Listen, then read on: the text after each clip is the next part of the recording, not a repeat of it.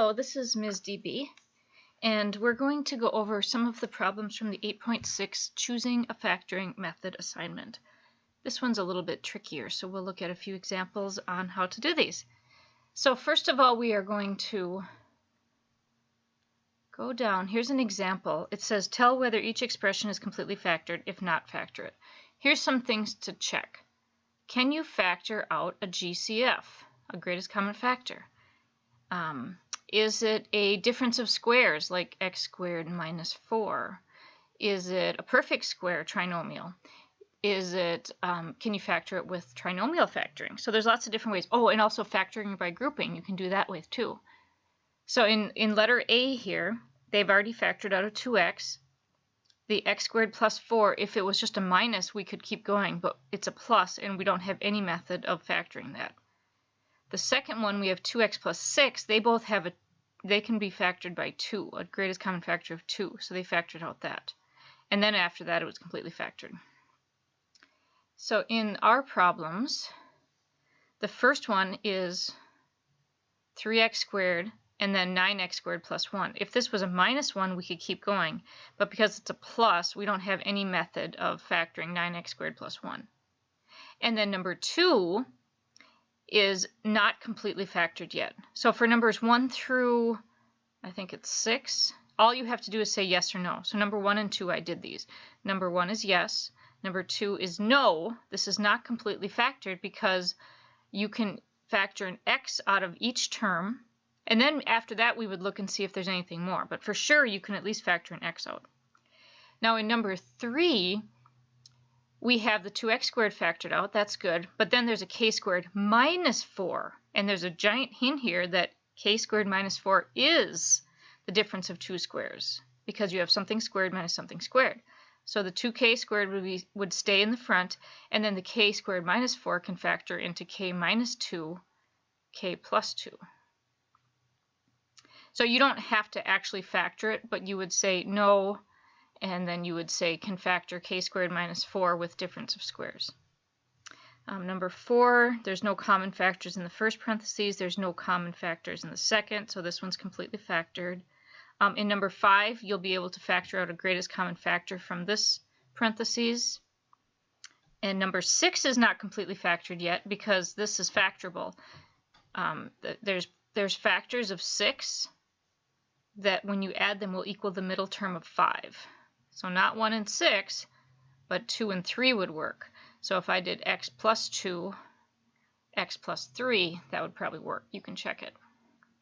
Now in the next section, you're actually going to factor these. So here's the different steps to do. Number 1, check for a greatest common factor. If there's a greatest common factor, then factor it out.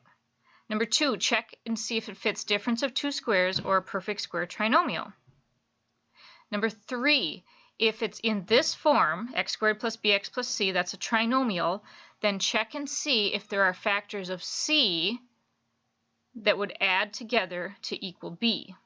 And if there is, then you can factor it with trinomial factoring, with your x plus something, or x minus, or x minus, x plus. Now in the other type of factoring where there's a number in front of the x squared, then you have to check the factors of a and see which ones the outer plus the inner would equal b. Now, those ones are the ones that are a little bit longer. And then here's a check to see if you have so many terms. So if you have a binomial, that's 2 terms, then oops, sorry, I hit a button. Then your only option is to see if it's a difference of squares, which is something squared minus something squared. And if it's something squared minus something squared, then you can factor it more. If it's not a difference of squares, then just check if there's a GCF to factor. If it's a trinomial, then you can check for a perfect square trinomial, or you can just check trinomial. And if there's 4 or more terms, then try factoring by grouping. And then there's an example of x squared minus x minus 30. So that's the trinomial, 3 terms. And we're going to look at the product, the factors of negative 30, what times what equals negative 30, that will add to equal a negative 1. So let's see. Obviously, negative 30 times 1 does not equal negative 1 when you add them. How about a 15 and a 2? That's not going to equal negative 1 when you add them. But what about negative 5 and 6? If you add these, you get a positive 1. So if we just put a negative on the 6, that would be our negative 1. So these are our factors. So you're going to go x minus 6, x plus 5, and then that's factored after that. All right, so let's look at some of our next problems here. It says, explain how to choose a factoring method for each polynomial, then state the method. Why does it keep jumping?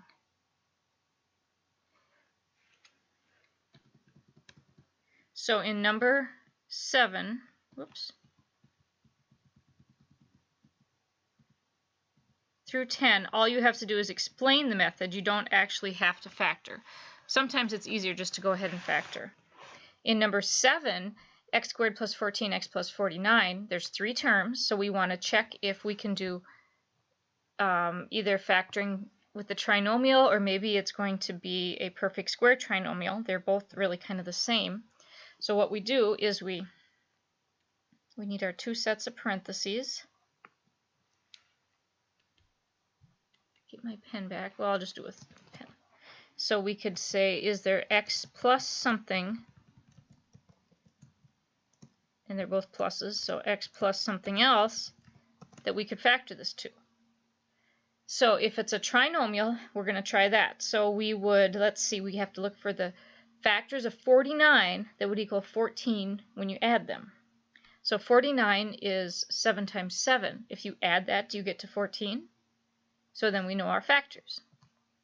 In number 8, you have to first factor the greatest common factor, because there will be a greatest common factor. There's a common factor of 4 and negative 40. Then you're going to use difference of squares, because when you factor the 4 out of both terms, maybe you won't. I guess we probably will not be able to use difference of squares because we're going to get a 10, which is not a perfect squares. So we'll check to see if difference of squares works, and it probably won't. Number 9, 2x squared plus 8, that's supposed to be an x here. So the first thing we'll do is factor out the greatest common factor, and then you'll see what you have left. What you have left will be factored like this. X plus something, x plus something. Trinomial factoring, that's called. In this one, we're going to use factor by grouping, because we can put parentheses around the first 2 terms, 9x cubed plus 18x squared,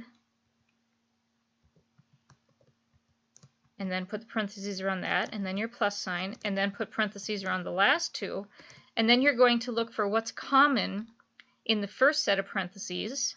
There's an x squared and a 9, and in the second set of parentheses, when you get to that, you can actually put a plus 1 and then the x plus 2. So you're going to factor that one by grouping. Okay, and in this last section, this is the ones where you actually have to factor them each completely. So there's a couple examples up there of the different kinds of factoring we've done. This one you'd factor out the GCF, and then you do trinomial factoring. In number, the second example, you'd factor out the GCF. You always do that first, and then it's a binomial, so you check and see if it's a difference of squares. And if it is, then you are done.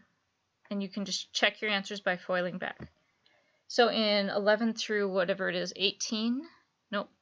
20, you're going to use those methods in order to factor these polynomials completely. So in number 11, you'll start by factoring out the GCF. And then what's left is only a binomial. It only has 2 terms, so you see if it is going to be a difference of squares, which it will be. So you're going to start this one by factoring. Should we do that one? Factor out the GCF. Come on, pen.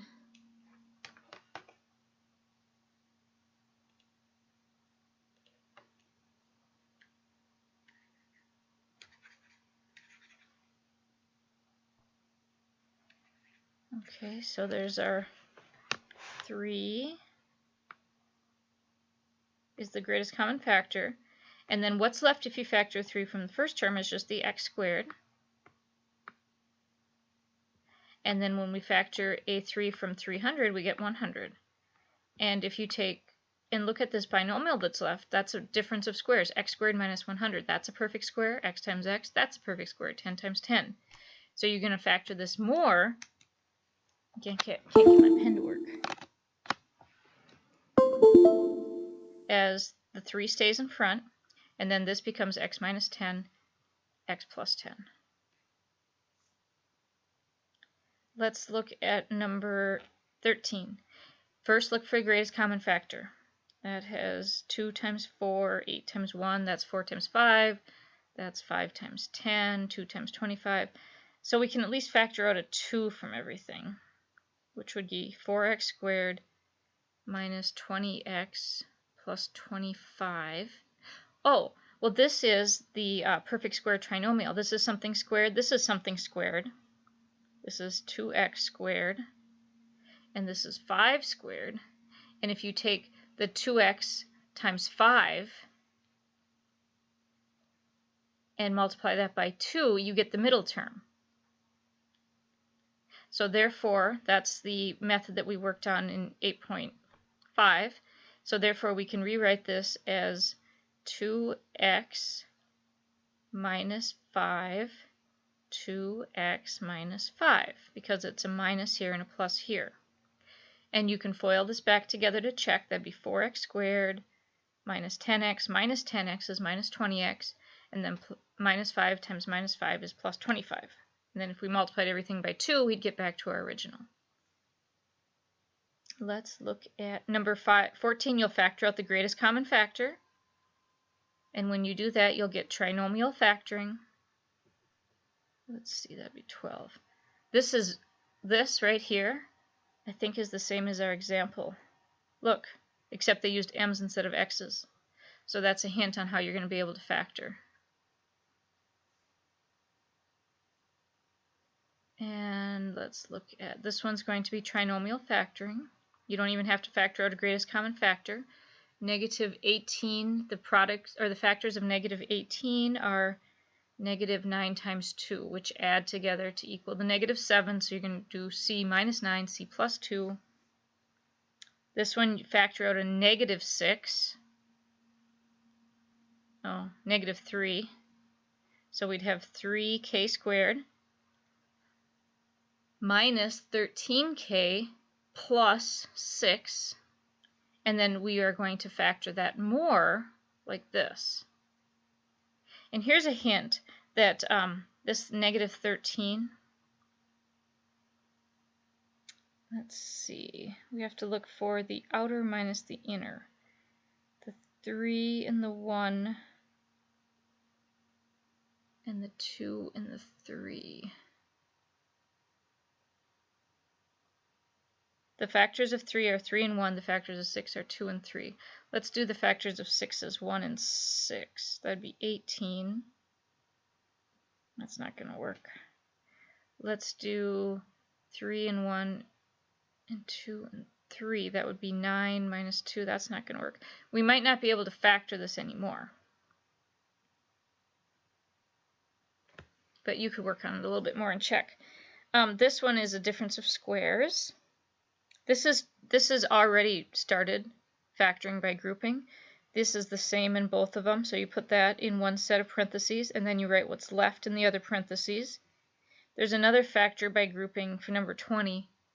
Put the parentheses around the first 2 terms, put the parentheses around the last 2 terms, factor out what's common in the first set, which is an f squared, and then factor out what's common in the other set, which is probably going to be a 4, and you'll probably get the same thing, and then you'll be able to continue. So I hope that helps you work on this one. Remember that the last ones you actually have to factor. In this section, you don't actually have to factor, you just have to explain how you would. Or you can factor it if you find that easier to just go ahead and factor. And the first 6, you just have to say yes or no. And if it is not completely factored, then you tell what you're going to do next, or you can go ahead and factor it again if you find that easier than explaining. I hope that helps. Let me know if you have any questions. Thanks.